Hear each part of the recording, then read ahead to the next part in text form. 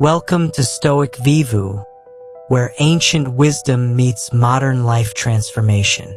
I'm here to guide you through the timeless teachings of Stoicism, making this powerful philosophy accessible and practical for your daily challenges. Our mission is simple yet profound: to help you build unshakable inner strength, authentic relationships, and a life aligned with virtue rather than the chaos of external expectations. You're walking through the busy streets of Chicago, your phone buzzing with another request for help. Your coworker needs you to cover their shift again. Your friend wants you to listen to their relationship drama for the third time this week. Your family expects you to organize the holiday gathering while managing your own overwhelming schedule. You feel that familiar knot in your stomach as you realize you're drowning in other people's needs while your own dreams sit gathering dust on the shelf. If this scenario feels painfully familiar, you're not alone. Millions of people across America find themselves trapped in a cycle of endless giving, constantly saying yes when their hearts scream no, and wondering why they feel so depleted despite their good intentions. The ancient Stoics understood this struggle over 2,000 years ago, and they developed profound wisdom that can free you from this exhausting pattern. Marcus Aurelius, the philosopher-emperor who ruled Rome while practicing Stoic principles, wrote in his personal meditations, "You have power over your mind, not outside events. Realize this, and you will find strength." These words contain the key to transformation we'll explore together. The Stoics discovered that true strength doesn't come from endless self-sacrifice or people-pleasing, but from understanding your proper relationship with yourself and others. Seneca, the great Stoic teacher, observed how many people destroy themselves through misguided generosity.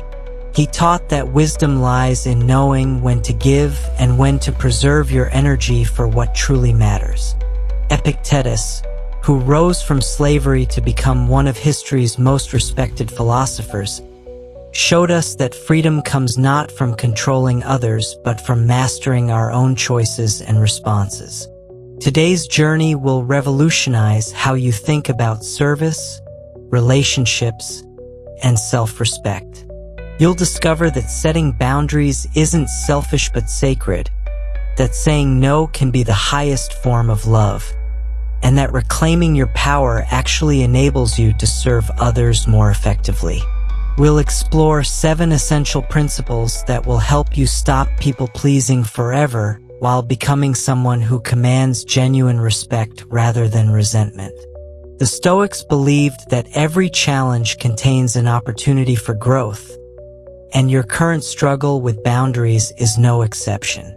By the end of our time together, you'll possess practical tools rooted in ancient wisdom that will transform your relationships, boost your confidence, and align your actions with your deepest values. You'll learn to honor both yourself and others through authentic connection rather than exhausting sacrifice.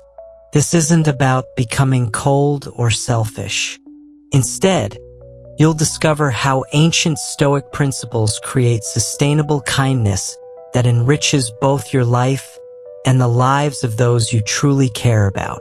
Let's begin this transformation together. 1. Discover your sacred duty to honor yourself. Imagine you're rushing through Penn Station in New York City, heading to yet another commitment you never really wanted to make. Your friend Sarah calls, asking if you can watch her kids this weekend because she forgot you had plans. You feel that familiar tug of obligation pulling you away from your own needs. This moment represents a crossroads where most people automatically choose self-sacrifice, but the ancient Stoics would guide you toward a radically different path. Marcus Aurelius, writing in his private journal while governing the Roman Empire, revealed a truth that most people never discover. We were born to work together like feet, hands, and eyes, like the two rows of teeth, upper and lower. But to obstruct each other is unnatural. Notice he didn't say we were born to sacrifice ourselves into exhaustion. The emperor understood that authentic service to others begins with proper service to ourselves. When we neglect our own well-being in the name of helping others, we violate what Stoics considered a fundamental duty. Marcus Aurelius taught that each person has responsibilities to themselves that cannot be delegated or ignored. Just as a doctor must maintain their health to treat patients effectively, you must preserve your energy, time, and emotional resources to genuinely serve those who matter most. Consider this profound insight from Seneca. Every new thing requires a new beginning, and the man who does not grow becomes small. When you constantly drain yourself for others, you stop growing. You become like a well that everyone draws from, but no one replenishes. Eventually, the well runs dry, and you have nothing left to offer anyone, including yourself. The Stoics distinguished between two types of duty: perfect duties and imperfect duties. Perfect duties are absolute obligations that admit no exceptions, like not harming innocent people. Imperfect duties are contextual obligations that require wisdom to apply correctly, like helping others. The crucial realization is that maintaining your own virtue, health, and capacity for good falls into the category of perfect duties. It's not optional. You're sitting in your apartment in Los Angeles after agreeing to help your coworker move for the third time this year, even though you desperately needed that Saturday to prepare for your own job interview. As you feel resentment building, you recognize that you violated a Stoic principle. Epictetus taught that we harm both ourselves and others when we act against our better judgment. Your resentment damages your character. While you're exhausted, reluctant help provides inferior service to your coworker. The ancient Stoics practiced what they called morning reflection, where they would examine their duties for the day and ensure they allocated appropriate attention to their own development. Marcus Aurelius would ask himself, "How can I serve the common good today?" But he understood that serving the common good required maintaining his own strength, wisdom, and virtue. A weakened, depleted person cannot contribute meaningfully to anyone's welfare. This principle transforms how you approach every request for your time and energy. When Sarah asks you to babysit, instead of automatically saying yes out of guilt, you pause and apply Stoic reasoning. You ask yourself, will fulfilling this request honor my duties to myself and my authentic obligations to others? Will it preserve my capacity for virtue and genuine service? If the answer is no, then saying yes actually violates your deeper ethical commitments. The Stoics taught that virtue is the only true good, and virtue requires both self-respect and appropriate care for others. When you honor yourself properly, you model dignity for everyone around you. When you sacrifice yourself unnecessarily, you teach others that your well-being doesn't matter, which corrupts their understanding of how relationships should function. Seneca observed that genuine friendship involves mutual benefit and respect, not one-sided exploitation. When you constantly give without receiving, you prevent others from experiencing the joy and growth that comes from reciprocal relationships. You rob them of the opportunity to develop their own generosity and consideration. You're walking through downtown Seattle, and your phone buzzes with another request from your demanding sister. This time, instead of feeling trapped, you remember Marcus Aurelius's words, "You have power over your mind, not outside events." Realize this, and you will find strength. You realize that honoring yourself isn't selfishness but wisdom. Your sister will respect you more when you demonstrate self-respect, and your help will be more valuable when it comes from choice rather than compulsion. The Stoic understanding of duty extends beyond immediate obligations to encompass your life's larger purpose. If you're meant to write, create, build, or heal, then protecting the time and energy needed for that purpose becomes a sacred responsibility. When you scatter your resources on every request that comes your way, you abandon the unique contribution only you can make to the world. This transformation begins with a simple daily practice derived from Marcus Aurelius's approach. Each morning, spend 5 minutes reflecting on your true duties to yourself and others. Ask, what do I need to preserve today to remain capable of virtue and authentic service? Throughout the day, when requests arise, filter them through this understanding of your sacred duty to honor yourself. By embracing this Stoic wisdom, you discover that self-care isn't selfish but essential. When you honor yourself appropriately, you become capable of offering others the best version of yourself rather than the exhausted remnants of someone who has forgotten their own worth. 2. The ancient garden principle that changes everything. You're standing in your kitchen in Denver at 6 a.m., already feeling exhausted before your day begins. Your neighbor needs help moving furniture. Your boss expects you to work late again, and your friend wants emotional support for their latest crisis. You feel like you're being pulled in every direction, wondering why helping others has become a source of stress rather than joy. The ancient Stoics understood this exact dilemma and developed what we can call the garden principle, a revolutionary approach to sustainable generosity that transforms how you give to others. Seneca, who managed vast wealth and complex relationships in ancient Rome, taught through the metaphor of tending gardens.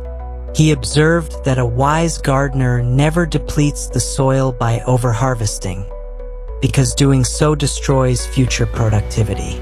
Instead, they give careful attention to both what they take from the garden and what they return to it. This principle applies directly to how you manage your emotional, physical, and mental resources in relationships. Consider two neighbors living side by side in Chicago, each tending their own plot of land.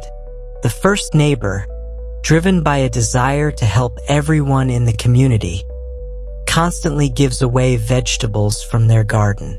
They share their tools, lend their water, and offer their time to tend other people's plots. Their intentions are beautiful, but they never replenish their own soil or tend their own plants with the same care they show others. The second neighbor approaches gardening differently. They carefully nurture their own plot, ensuring the soil remains rich and healthy. They plan their harvests thoughtfully, always keeping enough to maintain their garden's long-term productivity. When they do share with others, they offer abundance rather than scarcity, and their garden becomes a model that inspires others to cultivate their own thriving spaces. As the seasons pass, the first neighbor's garden becomes barren and unproductive. Despite their generous intentions, they have nothing substantial to offer anyone. Their constant giving without replenishment has created depletion rather than abundance. The second neighbor's garden flourishes, providing consistent nourishment for their family while generating a genuine surplus to share with others in meaningful ways. Marcus Aurelius, reflecting on his duties as emperor, wrote, "At dawn, when you have trouble getting out of bed, tell yourself, I have to go to work so that I can preserve what I was made for." He understood that preservation of his own capacity was essential for serving the Roman people effectively. This wasn't selfishness but wisdom, recognizing that depleted resources serve no one well. You're sitting in a coffee shop in Austin, listening to your friend complain about the same relationship issues for the fourth time this month. You realize you're operating from the depleted garden principle, giving emotional energy you don't actually have to spare. Your advice lacks conviction because you're running on empty, and your friend can sense your resentment even though you try to hide it. This moment reveals how the depletion model fails both parties. Epictetus, who understood limitations from his experience as a slave, taught that wisdom lies in recognizing what we can sustainably control and influence. He would say that attempting to give beyond your genuine capacity violates the natural order and ultimately serves no one's best interests. When you give from depletion, you offer inferior quality help while building resentment that poisons future interactions. The garden principle requires you to become conscious of your own seasons and cycles. Just as gardens need periods of rest, fertilization, and renewal, you need time for replenishment, growth, and restoration. Seneca practiced what he called taking inventory, regularly assessing his physical, emotional, and spiritual resources to ensure he could fulfill his commitments with excellence rather than mere obligation. You're walking through Central Park in Manhattan, finally taking the morning walk you've been promising yourself for months. As you move your body and breathe fresh air, you realize you're practicing the garden principle. You're replenishing your energy instead of immediately giving it away, and this investment will allow you to offer genuine presence to the people who matter most in your life. The transformation begins when you shift from scarcity thinking to abundance thinking. Scarcity thinking says, I must say yes to every request because people won't like me if I set boundaries. Abundance thinking says, I will cultivate my resources carefully so I can give generously from a place of genuine surplus rather than forced sacrifice. This principle revolutionizes how you approach every relationship. Instead of automatically saying yes to requests, you pause and ask, does this request align with my capacity to give excellently? Will fulfilling it preserve my ability to serve my highest priorities? When you give from abundance rather than depletion, your generosity becomes a source of joy instead of resentment. Seneca taught that true friendship flourishes when both parties contribute from their strengths rather than their weaknesses. When you consistently give from depletion, you train others to expect low-quality service and teach them that your well-being doesn't matter. When you give from abundance, you model self-respect while offering genuine value. The garden principle doesn't mean becoming stingy or selfish. Instead, it means becoming strategic and sustainable in your generosity. You learn to distinguish between requests that honor your resources and those that exploit them. You begin to see self-care not as a luxury but as necessary maintenance that enables authentic service. Ultimately, this ancient wisdom reveals that the highest form of service involves preserving your capacity to serve excellently rather than sacrificing yourself into ineffectiveness. When you tend your own garden with the same care you show others, you create genuine abundance that enriches every relationship you touch. 3. Turn endless requests into opportunities for growth. You're checking your phone at a bustling Starbucks in Philadelphia when 3 different messages arrive simultaneously. Your colleague needs you to cover their presentation tomorrow. Your sister wants you to babysit this weekend. Your friend expects you to help them move next month. Each request feels urgent and important, but together they create an overwhelming cascade that threatens to consume your entire schedule. The ancient Stoics faced similar pressures in their complex social worlds, and they developed profound insights about transforming these moments from sources of stress into opportunities for wisdom and character development. Epictetus, who understood constraint intimately from his years in slavery, taught a revolutionary approach to external demands. He said, "We cannot choose our external circumstances, but we can always choose how we respond to them." This principle becomes your compass when navigating the endless stream of requests that modern life generates. Instead of viewing each request as an obligation you must fulfill or a burden you must bear, you can approach them as chances to practice the Stoic virtues of wisdom, justice, courage, and temperance. Marcus Aurelius, managing the constant demands of governing Rome while maintaining his philosophical practice, wrote in his Meditations, "The universe is change. Our life is what our thoughts make it." When you receive multiple competing requests, you're witnessing the natural flow of human interaction. People naturally turn to reliable individuals when they need support, which means these requests actually reflect positive qualities you've demonstrated. The key lies in responding to them with intentional wisdom rather than automatic compliance. Consider how this transformation works in practice.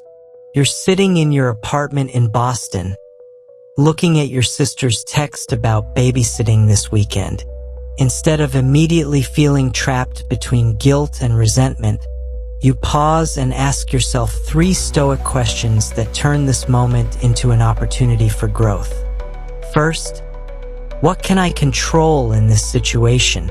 You cannot control your sister's need for help or her timing, but you can control your response and decision. Second, how can this situation help me practice virtue? This request gives you a chance to practice wisdom by making a thoughtful decision, justice by considering what you genuinely owe others versus what you owe yourself, and courage by potentially saying no if that aligns with your deeper commitments. The third question transforms everything. What is this situation teaching me about my relationships and boundaries? Your sister's request reveals important information about how others perceive your availability and whether your past responses have created healthy or unhealthy patterns. If you consistently say yes to last-minute requests, you may have inadvertently trained people to rely on your automatic compliance rather than planning ahead or considering your schedule. Seneca taught that every interaction provides data about both yourself and others.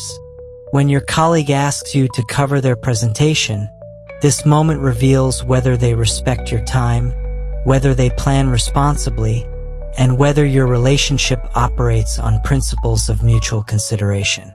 If they've made this request because of a genuine emergency, responding affirmatively might align with virtue. If they've made it because they know you never say no, declining becomes an act of wisdom that serves both of you by encouraging better planning. You're walking through downtown Miami, processing your friend's request to help them move.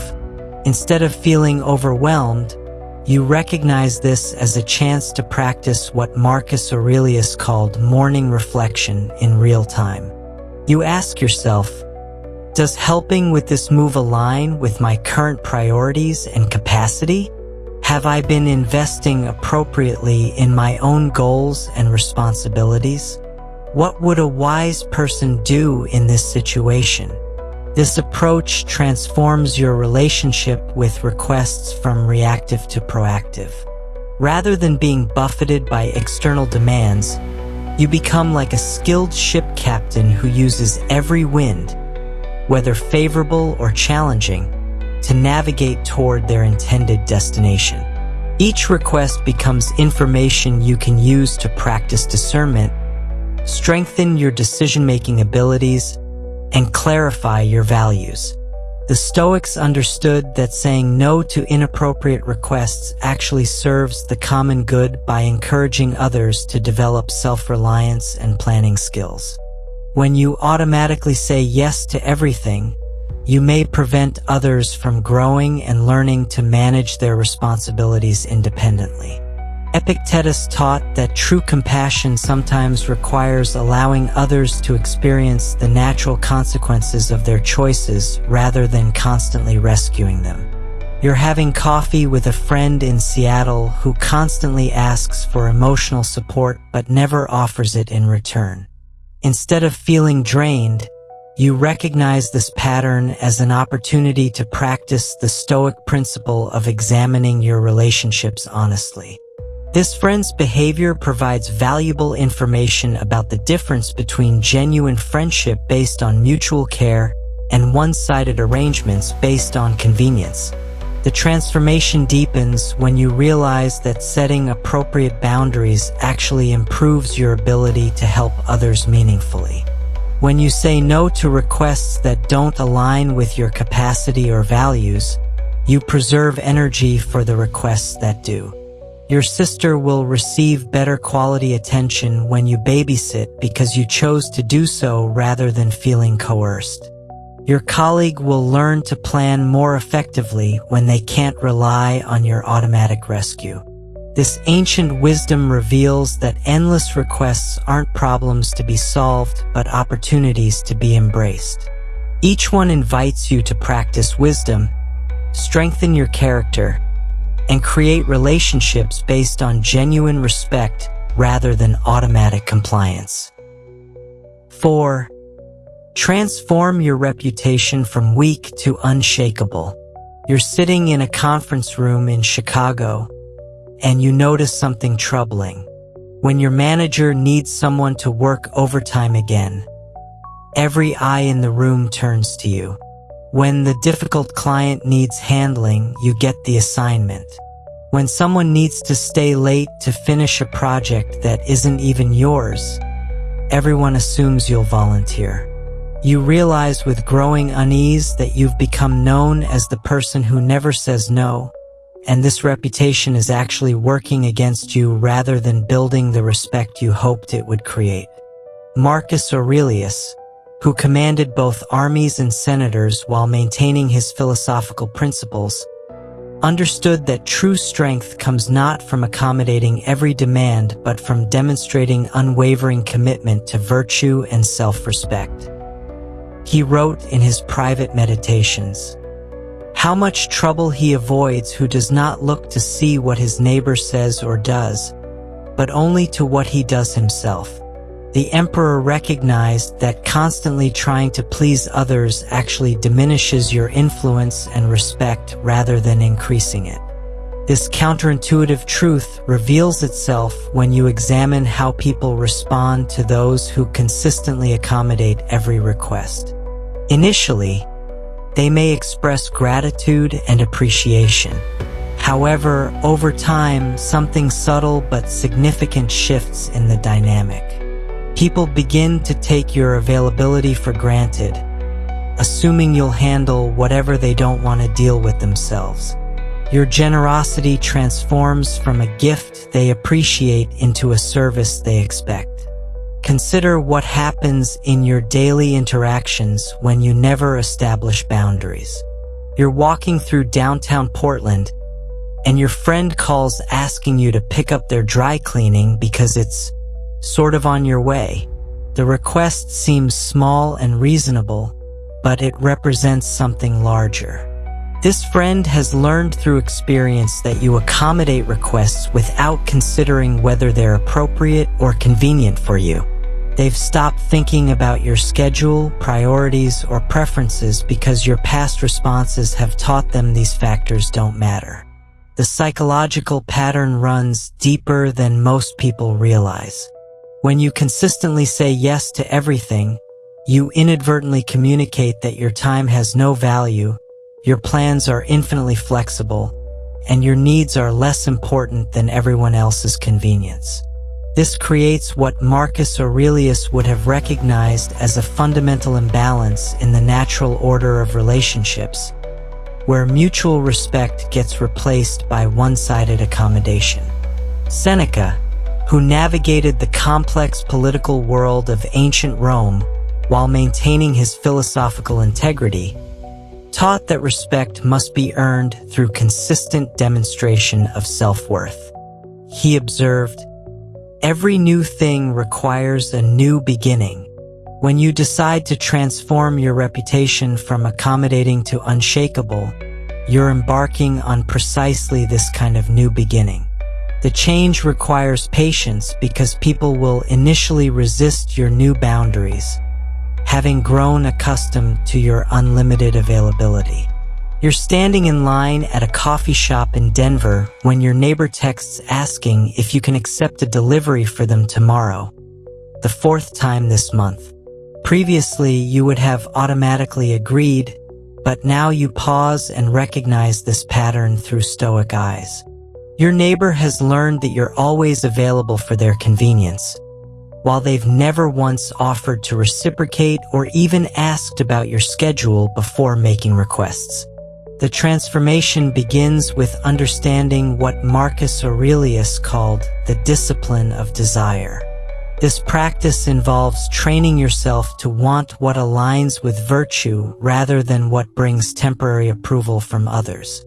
When your coworker asks you to cover their shift for the third time this month, instead of automatically saying yes to maintain their good opinion, you pause and ask whether agreeing serves your deeper commitments to yourself and your authentic responsibilities. This shift requires recognizing that enabling others' poor planning or inconsiderate behavior doesn't actually help them develop wisdom or self-reliance. Epictetus taught that we sometimes harm others by removing the natural consequences of their choices. When you consistently rescue people from the results of their poor planning, you prevent them from learning to plan better and consider others' needs. You're having lunch in Manhattan with a colleague who has become accustomed to dominating every conversation with their problems while showing little interest in your experiences. As they launch into another lengthy complaint session, you recognize this as a perfect opportunity to practice what Epictetus taught about exercising control over your own responses. Instead of passively listening while feeling resentment build, you gently but firmly redirect the conversation to include your own thoughts and experiences. This shift from automatic accommodation to intentional response creates what the Stoics called inner sovereignty. You begin making decisions based on wisdom and virtue rather than fear of disapproval. When you're demanding relative calls, expecting you to drop everything to help with their crisis, you calmly assess whether this request represents a genuine emergency requiring your immediate attention or a pattern of poor planning that your rescue would actually enable. The ancient Stoics understood that people naturally respect those who demonstrate self-respect. When you consistently honor your own time, energy, and commitments, others learn to approach you with greater consideration. Your no becomes meaningful because it's not automatic, and your yes becomes valuable because it represents a genuine choice rather than reflexive compliance. Marcus Aurelius practiced what he called evening review, examining his daily interactions to ensure they aligned with his principles rather than momentary impulses to please others. You can adopt this practice by spending a few minutes each evening reflecting on your responses to requests and demands. Did you act from wisdom or from fear? Did your choices honor both yourself and others appropriately? You're walking through a busy shopping district in Los Angeles when your phone buzzes with yet another request from someone who has learned to rely on your automatic yes. This time, instead of feeling trapped, you experience a sense of calm clarity. You recognize that saying no to this inappropriate request actually serves everyone involved by encouraging more thoughtful communication and planning in the future. The reputation transformation accelerates when you realize that unshakable strength doesn't mean becoming harsh or uncaring. Instead, it means becoming selective and intentional about where you direct your care and energy. Seneca taught that the wise person gives generously but strategically, ensuring their generosity comes from abundance rather than depletion. Ultimately, transforming your reputation from weak to unshakable means shifting from reactive people-pleasing to proactive virtue-based living. When you consistently demonstrate self-respect through your choices, others naturally begin treating you with greater respect, creating relationships based on genuine mutual consideration rather than one-sided accommodation. 5. Master the art of graceful refusal in 3 steps. You're sitting at your desk in downtown San Francisco when your colleague approaches with that familiar look of urgency. They need you to take on an additional project that will consume your entire weekend, and they frame it as a quick favor that only you can handle properly. Your heart rate increases as you feel the familiar pressure building. Every instinct screams at you to say yes, to maintain harmony, to avoid potential conflict. Yet something deeper within you recognizes that this moment represents a crucial opportunity to practice what the ancient Stoics considered one of life's most essential skills: the art of graceful refusal.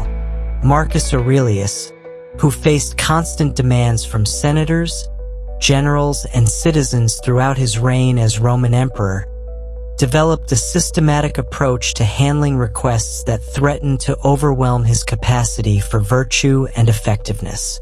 He understood that saying no gracefully wasn't just about protecting his time, but about maintaining the integrity necessary to serve others authentically. The emperor's approach, refined through years of practice, can be distilled into 3 clear steps that transform refusal from an awkward confrontation into an elegant expression of mutual respect. The first step involves what Epictetus called the pause of wisdom. Before responding to any request, you create a deliberate space between the ask and your answer. This isn't hesitation born from uncertainty, but rather a conscious choice to engage your rational mind before your emotional reflexes take control. You're standing in a coffee shop in Austin when your friend texts asking you to drive them to the airport at 5 a.m. tomorrow, something they could easily arrange through other means. Instead of immediately typing "sure, no problem" to avoid a difficult conversation, you pause and apply the Stoic practice of examining the request through the lens of wisdom, justice, courage, and temperance. During this pause, you ask yourself 3 essential questions that Marcus Aurelius used to evaluate competing demands on his attention. First, does fulfilling this request align with my highest duties and commitments? This isn't about being selfish, but about recognizing that you have primary obligations to yourself, your family, and your most important responsibilities that must be honored before secondary requests can be considered. Second, will saying yes to this enable the other person's growth and self-reliance, or will it prevent them from developing these essential qualities? Often, our automatic helping actually harms others by depriving them of opportunities to solve their own problems and build resilience. Third, can I fulfill this request with genuine enthusiasm and presence, or will I be giving reluctant, resentful service that benefits no one? The second step involves what Seneca called honest communication. Rather than offering elaborate excuses or fictional emergencies to justify your refusal, you speak truthfully about your situation while maintaining respect for both yourself and the other person. Seneca taught that virtue requires honesty, even when honesty feels uncomfortable in the moment. You return to your friend's airport request and craft a response that honors this principle. I appreciate that you thought of me for this. I won't be able to drive you tomorrow morning as I have prior commitments that I need to honor. I hope you're able to find a solution that works well for you. Notice that this response contains no apologies for having boundaries, no detailed explanations that invite negotiation, and no false emergencies that could be easily disputed. Instead, it acknowledges the request respectfully, states your position clearly, and expresses genuine goodwill for their situation. This approach, which Seneca practiced in his extensive correspondence, maintains dignity for everyone involved while establishing clear boundaries. You're walking through Central Park in New York when you're demanding relative calls asking you to cancel your planned vacation to help with a family situation that, while challenging, doesn't truly require your specific involvement. Applying the second step, you respond with calm honesty. I understand this is a difficult time, and I genuinely care about what you're going through. I won't be able to change my travel plans, but I'd be happy to discuss other ways I might be able to support you that work within my existing commitments. The third step embodies what Marcus Aurelius called unwavering consistency. Once you've made a decision based on wisdom and communicated it honestly, you maintain that position without wavering, regardless of pressure, guilt tactics, or emotional manipulation. The emperor understood that inconsistency in boundaries teaches others that your initial no is merely an opening position in a negotiation rather than a thoughtful decision to be respected. This consistency requires emotional regulation skills that the Stoics developed through daily practice. When your colleague responds to your weekend project refusal with statements like, "I'm really disappointed in you," or "I thought I could count on you," you recognize these as attempts to make you responsible for their emotional state and planning failures. Marcus Aurelius would remind you that you cannot control their disappointment, but you can control your response to their disappointment. The mastery of graceful refusal develops through practice and attention to the outcomes your boundaries create. Epictetus taught that right action produces right results over time, even when those results aren't immediately apparent. When you consistently apply these 3 steps, you'll notice that people begin approaching you with more consideration, making requests that respect your time and capacity rather than assuming your unlimited availability. You're reviewing your week while relaxing in your Seattle apartment, and you realize that the 3 requests you gracefully declined this week actually strengthened your relationships rather than damaging them. The colleague who wanted you to work all weekend found another solution and gained confidence in their problem-solving abilities. Your friend arranged their own airport transportation and expressed appreciation for your honesty rather than resentment about your unavailability. This ancient art transforms every request into an opportunity to practice virtue while building relationships based on authentic respect rather than one-sided accommodation. 6. Read people's true intentions like a Stoic sage. You're sitting across from your coworker in a bustling Denver cafe, listening to them explain why they desperately need your help with their project deadline. Their words sound urgent and sincere, but something feels off. They mention how overwhelmed they are, yet you notice them spending considerable time on social media yesterday. They emphasize how much they value your expertise, though they've never acknowledged your contributions in team meetings. As you listen, you begin to recognize patterns that the ancient Stoics would have identified immediately. The difference between genuine need and manipulative convenience. Marcus Aurelius, who dealt with countless courtiers, generals, and citizens seeking his favor, developed sophisticated abilities to discern authentic requests from self-serving manipulation.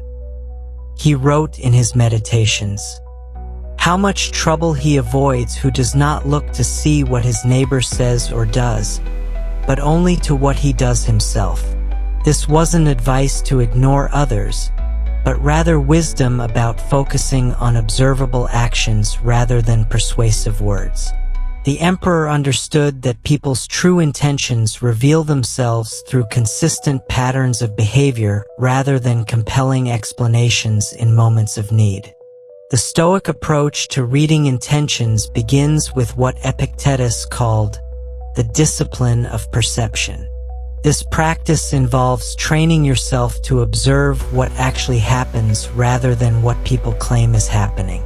When someone approaches you with a request, instead of immediately focusing on their words, you examine their track record. Do they consistently plan ahead? Or do their emergencies follow predictable patterns? Do they offer reciprocal support when you need assistance? Or do they mysteriously become unavailable when others require help? This systematic observation requires developing what Marcus Aurelius called philosophical attention, the ability to notice patterns that reveal character over time. Most people make decisions based on immediate impressions and emotional appeals, but the Stoic sage trains themselves to see beyond surface presentations to underlying motivations and habits. This skill becomes essential for protecting your energy while maintaining genuine compassion for those who truly deserve your help. Consider how this works in practice. You're walking through downtown Chicago when your neighbor calls asking you to accept a package delivery tomorrow afternoon, explaining that they forgot they had an important appointment. This request might seem reasonable in isolation, but applying Stoic perception reveals concerning patterns. This neighbor has made similar forgotten appointment requests 3 times in the past 2 months. They've never offered to accept deliveries for you. When you needed help moving a heavy item last month, they claimed to have back problems, yet you saw them carrying heavy groceries that same week. The pattern recognition extends beyond individual incidents to encompass what Seneca called the rhythm of relationship. Authentic people demonstrate consistent consideration for others across different circumstances and moods. They remember your needs, acknowledge your contributions, and reciprocate kindness naturally. Manipulative individuals, however, show interest and appreciation only when they need something, creating what appears to be a genuine connection but actually represents a calculated strategy. Seneca, who navigated the treacherous political waters of ancient Rome, taught that wisdom involves distinguishing between people who seek genuine friendship and those who pursue relationships for personal advantage. He observed that authentic people demonstrate consistency between their words and actions over time, while manipulative individuals show this consistency only when it serves their immediate interests. The wise person learns to recognize these patterns without becoming cynical or closing their heart to genuine connection. The key insight lies in understanding what the Stoics called reciprocal virtue. In healthy relationships, both parties contribute according to their abilities and receive according to their needs, creating balance over time. In exploitative relationships, one person consistently gives while the other consistently takes, with the taker justifying this imbalance through compelling explanations, emotional appeals, or implied obligations. You're having lunch with a friend in Los Angeles who has called this meeting to ask for another loan, their 3rd request this year. They explain their current financial crisis with detailed stories about unexpected expenses and temporary setbacks. However, Stoic perception reveals concerning patterns. They've never repaid previous loans despite having money for entertainment and non-essential purchases. They show no interest in your life unless they need something. Their crisis stories always conveniently arise when they want something from you, yet they present themselves as financially stable to others. The practice deepens when you learn to recognize what Epictetus called the language of manipulation.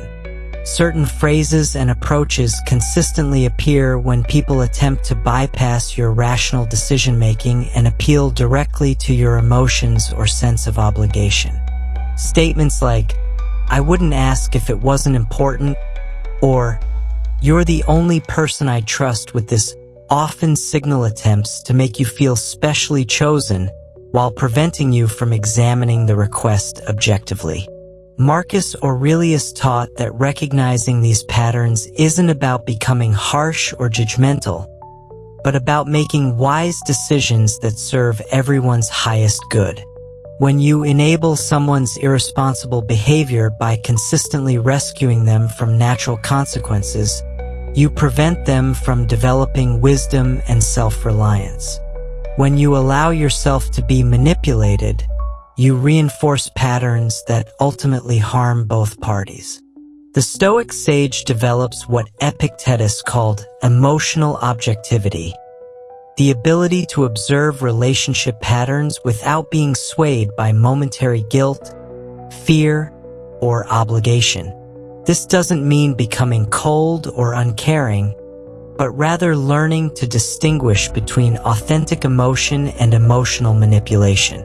When someone uses phrases like, "I thought I could count on you," or "I'm so disappointed in you," in response to your boundaries, you recognize these as attempts to make you responsible for their emotional state rather than expressions of genuine feeling.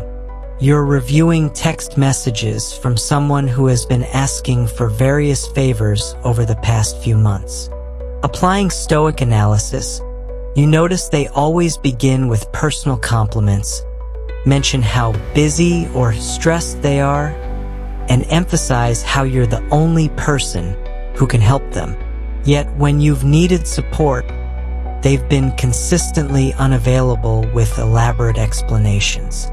This pattern reveals someone who has studied your responses and learned to push specific buttons rather than someone seeking genuine mutual friendship.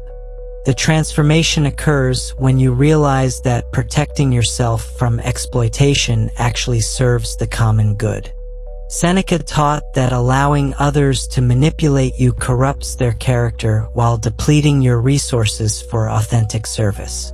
When you consistently respond to genuine need while declining manipulative requests, you encourage others to approach you with honesty rather than strategy. Ultimately, reading people's true intentions like a Stoic sage means developing the wisdom to distinguish between those who seek genuine relationships and those who pursue personal advantage, enabling you to invest your precious energy in connections that honor both virtue and authentic human connection. 7. Build boundaries that actually increase your influence. You're standing in the elevator at your office building in Manhattan, and something remarkable has happened over the past month since you began implementing Stoic boundary principles. Your colleagues no longer assume you'll automatically handle their urgent requests, yet they seek your input more frequently on important decisions. Your manager has stopped assigning you every difficult task, but when they do ask for your help, they express genuine appreciation and respect for your time. This paradox reveals one of the most profound insights from ancient Stoic philosophy. When you establish proper boundaries, you don't diminish your influence with others. You actually increase it in ways that create lasting respect and genuine authority. Marcus Aurelius understood this principle intimately through his experience governing the Roman Empire. As emperor, he could have used unlimited power to force compliance with every whim and preference, yet he recognized that true influence came from demonstrating wisdom, virtue, and respect for others' autonomy. He wrote in his meditations, "The best revenge is not to be like your enemy, This wasn't about enemies in the traditional sense, but about refusing to adopt the manipulative, boundary-crossing behaviors that characterize weak leadership and diminished influence. The counterintuitive nature of this transformation requires understanding what the Stoics called the paradox of power. When you have no boundaries, people perceive you as having unlimited availability, which paradoxically makes you less valuable in their minds. Think about economic principles. Something that appears infinite tends to be valued less than something that is clearly limited and precious. When you demonstrate that your time, energy, and expertise have boundaries, others naturally begin to appreciate and respect these resources more highly. Consider how this works in your daily interactions. You're at a networking event in Chicago, and instead of desperately trying to please everyone you meet, you engage selectively and authentically with people whose values align with yours. Rather than promising to help everyone with their projects, you listen carefully and offer thoughtful insights when appropriate. This approach creates what Seneca called magnetic virtue, where people are drawn to your presence because you demonstrate self-respect and genuine engagement rather than needy accommodation. The influence increase manifests in several specific ways that become apparent once you begin implementing proper boundaries. First, your opinions carry more weight because people know you won't simply agree with everything to avoid conflict. When you do express agreement or offer praise, others recognize it as genuine rather than automatic people-pleasing. Your recommendations become more valuable because people understand you've given them thoughtful consideration rather than reflexive approval. Epictetus, who rose from slavery to become one of the most respected teachers in ancient Rome, demonstrated this principle through his own transformation. Despite his humble origins, he commanded enormous respect from powerful Romans because he never compromised his principles for temporary approval or material gain. His influence grew precisely because he maintained clear boundaries about what he would and wouldn't do, regardless of pressure from those who technically held power over him. You're in a team meeting in Seattle where your colleague suggests a strategy you believe will fail. Previously, you might have remained silent to avoid potential conflict, but now you respectfully share your concerns and alternative suggestions. Instead of creating tension, your willingness to speak honestly earns appreciation from your manager, who values team members who contribute authentic thinking rather than empty agreement.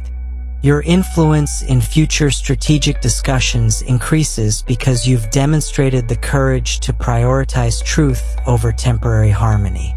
The second way boundaries increase influence involves what Marcus Aurelius called the authority of consistency.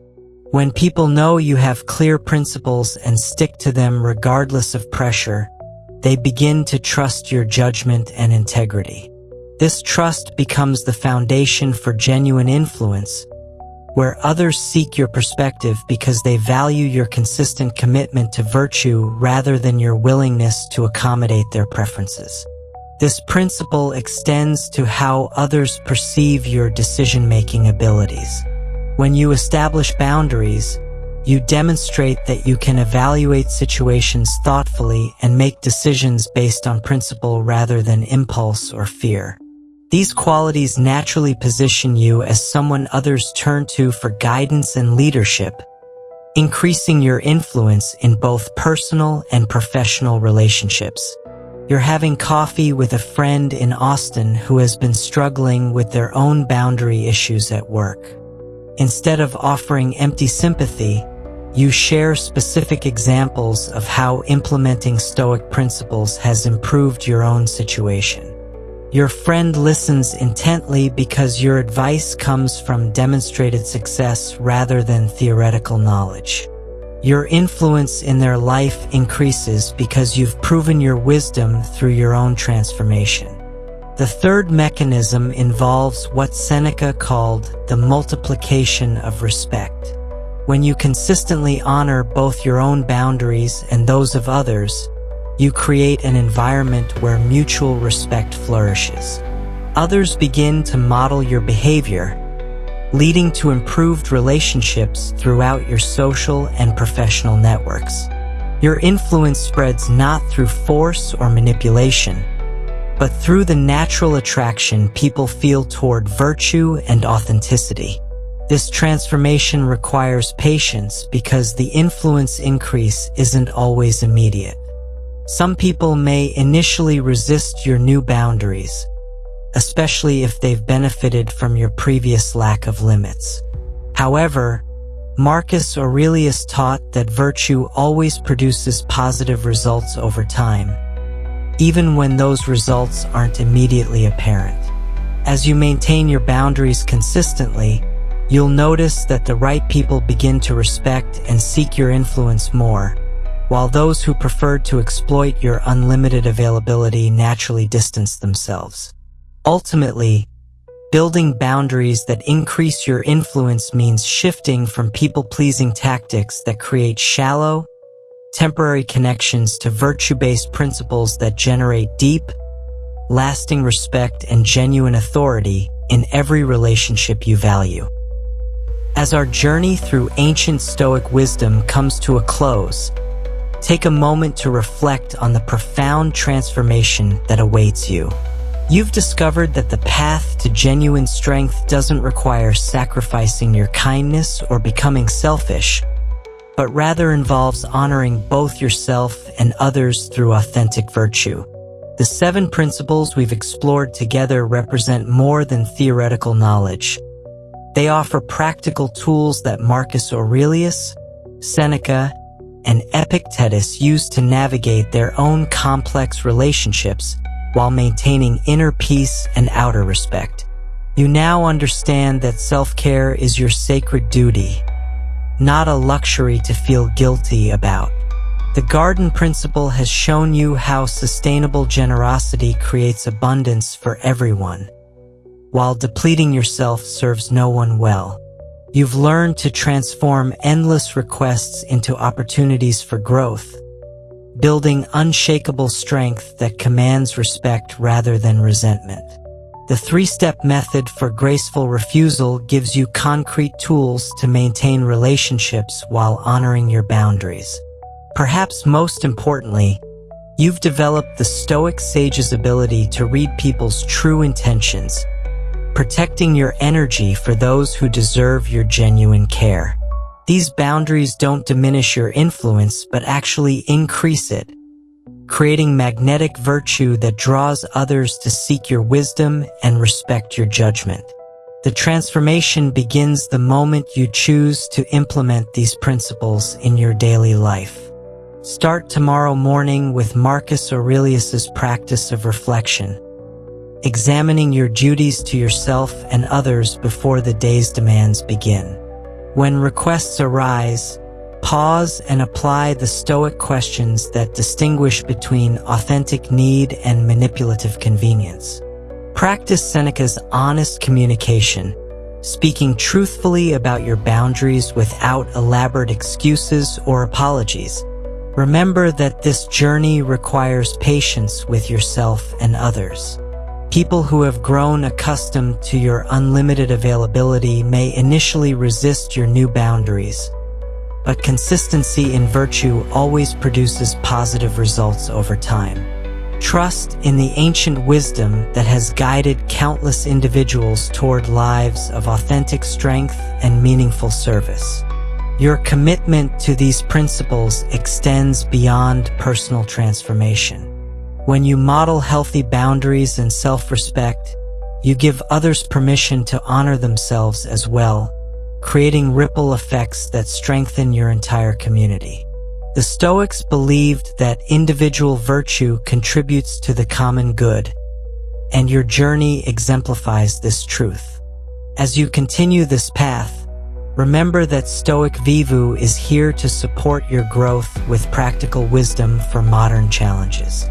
If this video has helped you discover new strength and clarity, please show your support by subscribing to our channel, where we explore ancient philosophy for contemporary life transformation. Hit the like button to help others find this wisdom, and share this content with anyone who might benefit from learning to honor themselves while serving others authentically. The ancient Stoics understood that philosophy means nothing without practice. Your transformation starts now, with the very next choice you make about how to honor both yourself and others through virtue-based living.